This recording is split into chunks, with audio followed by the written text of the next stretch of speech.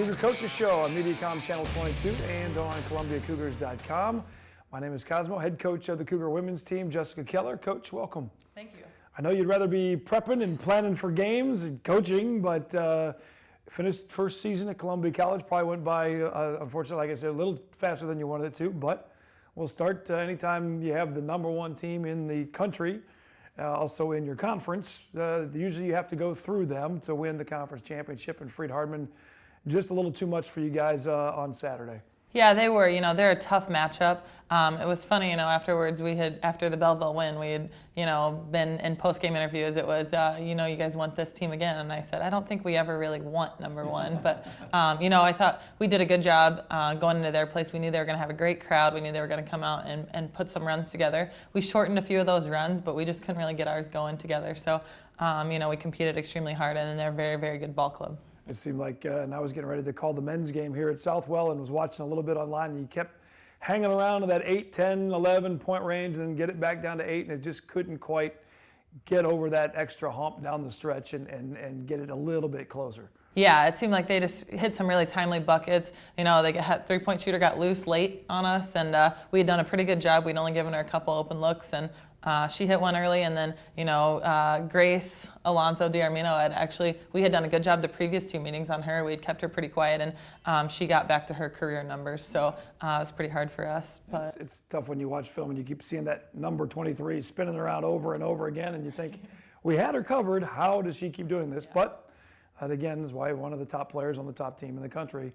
Not easy to guard against. Sometimes you just got to tip your cap and say, hey, they beat us. There were a few times, too, where we said, I'm not sure how we guard that. So we let some different people try to guard her, and very skilled player, so it was great. Learning curve, especially for our returners. Oh, and again, for your team down the stretch, so they get into the tournament, you beat Stevens College, and then you do go on the road. And, as far as the seeding is concerned, it was a 5-win over a 4 seed. You get on a road win at that to go face Freed. Talk us through the win at Benedictine. Yeah, at Belleville, yeah. Sorry, excuse me. Yeah, we were, it was just one of those, we spent really a standard preparation day before. Our girls seemed really calm, confident going into that, and just before the game, you can kind of sense when your team's ready to go, and it was one of those, as coaches, we felt like we were ready to take care of business, and our girls just worked their tails off from start to finish. Probably one of the most complete games that we played the entire year, defensively and offensively for 40 minutes, and so, I think it was really exciting for our girls. It was a great confidence builder going into, we knew we were going to have to go on the road again, and that was kind of the hunger that we wanted to continue to play. Talk about the seniors, you coming in your first year, especially Fisher and Aqua and Tierney Seifert that have been here throughout their 4 years and under Coach Davis. And you come in, they have for the 1 year for their senior year. Talk about what they brought to the table. I mean, you coached them, but they probably coached you more than you coached them in some regard, right? Yeah, Ashley Fisher, just to start with her, she was one of the kids that, that just was a great communicator with us from the start. And so, she's a very good student, very bright young lady. And so she was able to kind of let us know they're just reminders, coaches, as we go along, these are some things we've got to take care of. But, she was a kid who her role kind of changed. She wasn't able to practice the full season, the full 2 hours every day. And so she really adapted. She almost became very similar to one of our coaches on the sidelines when she had to be on the outsides watching drills, but that she couldn't physically go through every day. She did a great job adapting, and again was one of our top scorers. And Aqua Corpening just basically doubled her production from last season, just 1 year ago. And it started on the track in the preseason.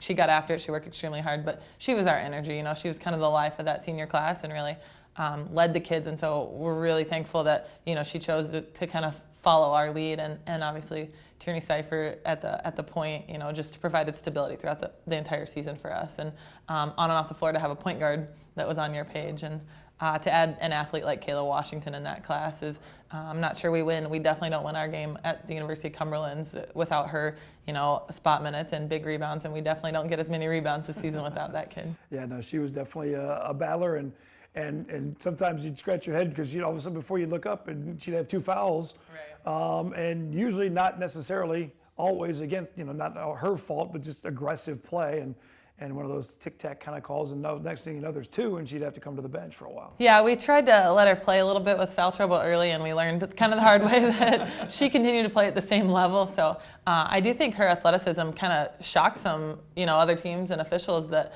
she could get up and really contest some shots. And so she got called for some, some ones that maybe were let go by somebody that doesn't leave their feet as well as her. But, a kid that she wanted to play, it was just one of those that we had to find the right times. And Tierney's one of those ones where you flash back, it's already senior and career done. You remember her freshman year here was the year that there was all of the injuries, and the bench was there was 7 players total, and she really kind of got thrust into that limelight. And I remember, the story thinking, okay, down the road that will really come into play, the fact that she got even more playing time as a freshman and really became a leader through the 4 years here at Columbia College. Yeah, definitely. The kid just has so many intangibles as a leader too. So the ability to just get everybody on her page and really what we want to do, she was able to kind of bridge that gap for us. So, we're really lucky to have her. And we asked her to do a lot of things on the defensive side that maybe she wasn't asked to before.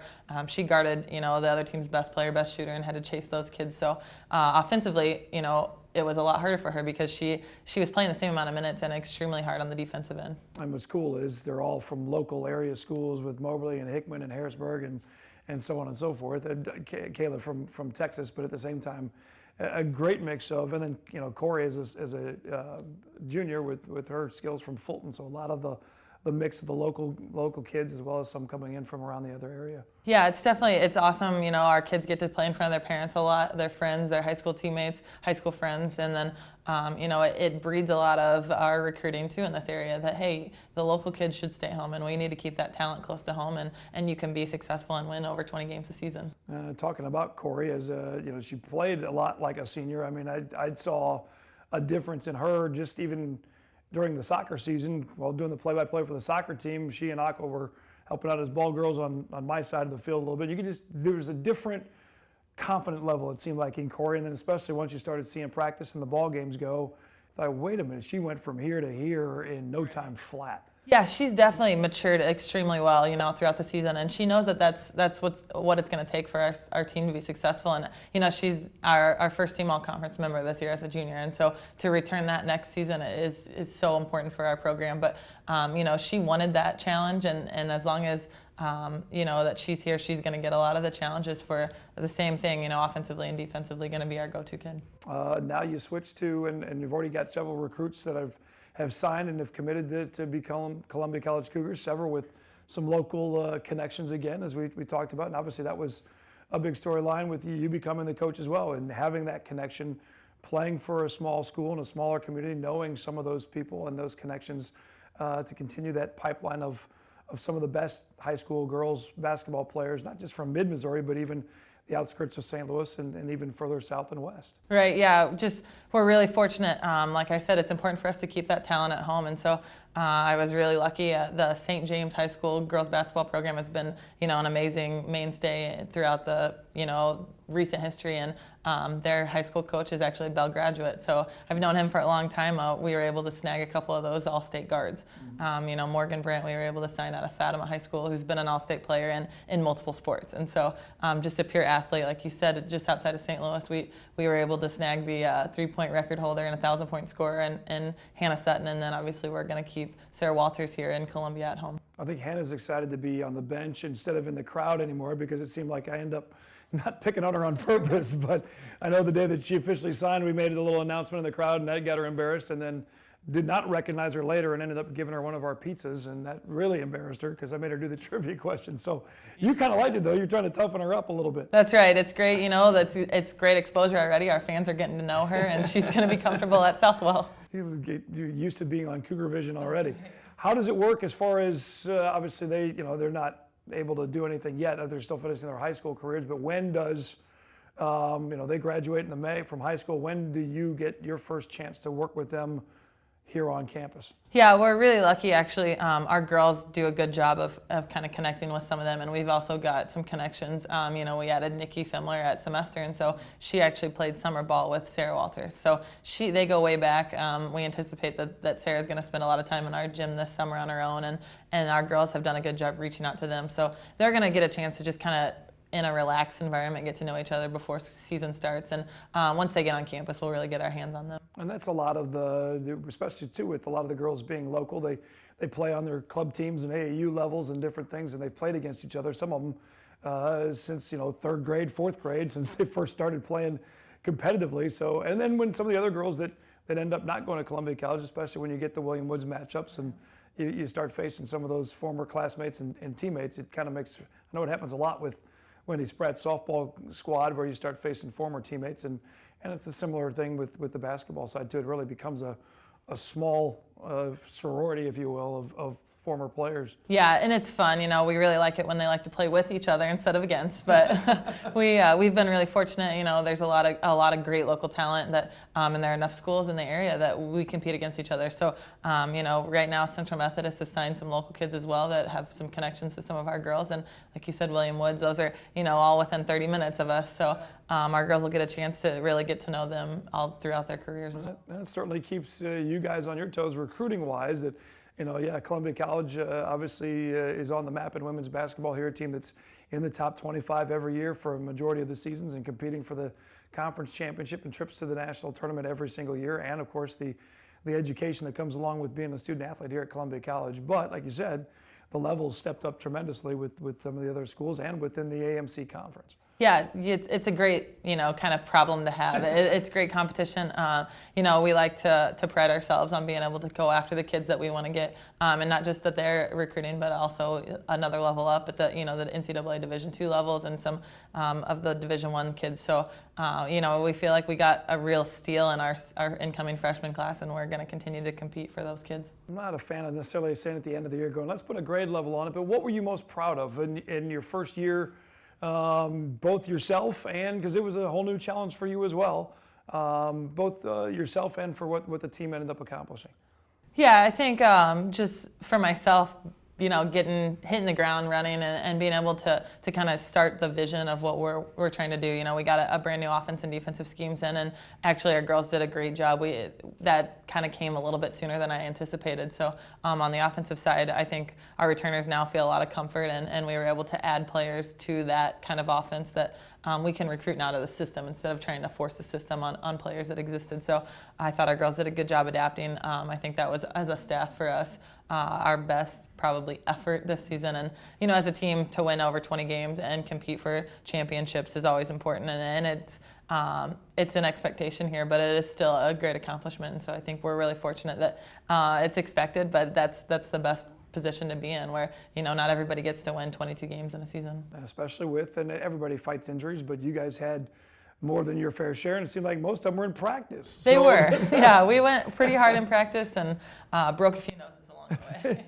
And there's something to be said for that, for hard practices, but at the same time, you start cringing when more girls have masks on than you have able to sub in. That becomes a little bit of a concern in the back of your mind, thinking, okay, wait, do we back it down a little bit? Right. Or do we not let them curtail that intensity and just let them go all out? Right, yeah, it seemed like a couple of them caught elbows just in practice, that, in on a trap, that we had encouraged them to protect their face, and we got a little tight on the baseline a couple times. But, I think Tierney, she just got pretty unlucky in that last game at home and got her face kind of the victim of an elbow on a trap. But I think it was nice. It made us look tough, and our girls they never use it as an excuse, and I thought that was huge. That mask can be really frustrating to play with, and not one of of the three that had to wear it this year made an excuse or anything. They played hard, and I think KP actually enjoyed her clear one once she got it. I was going to say, the one that was all black or dark blue or whatever, that was a different, I'd never seen a mask like that before. Yeah, those are tough. We're lucky the trainers can actually mold them for us individually. So the trainers had molded the dark ones, and then KP, after having surgery, needed a little more extensive, and so we got her the clear one. And she was going to wear it a little bit longer than the couple weeks that the other two had to. So she, was just trying to be as accommodating as possible. She would wear anything that she needed to. What's your goal for the off season? What's the mission next, as far as because now you kind of sit back and reflect and see who you've got. Now, I'm sure you're going through postseason meetings if they haven't all been completed. I'm sure you'll be going through that process, sitting down with the players individually and kind of going through what they are looking for next year and beyond. And take us through a little bit of what end of season mode is like. Sure, yeah. As soon as season wrapped up, we hit the ground immediately. We were off to state tournaments, high school tournaments, junior college tournaments. We continue to recruit throughout the off season, postseason. Different states are wrapping up at different times, so we've hit all the major areas. And really lucky to have three coaches on staff that are able to go in different directions and cover a lot of ground. So we hit the ground running with recruiting again right away. There is really no off time. And then we're halfway through our player meetings right now and just kind of giving them a vision for our goals and really trying to simplify it and give them a chance to relax and take some time away, because we do go for so long. We start in August and September with practices. So this is more they've just been playing open gyms and lifting on their own and kind of just enjoying basketball again without the daily grind. And they're getting ready to go on spring break, so the girls will kind of get out of the area for a little bit, and then we'll come back and do some more stuff. They'll play a little bit more focused in the off season, and then hopefully we'll finish up our recruiting class and move on. And obviously the second half of it, you continue to bang on them for books, and that's still very important too as well down the stretch, and get ready for final exams. Definitely, yeah, and our girls are doing a great job. We still, hold team study tables, so we get to see them a few nights a week, and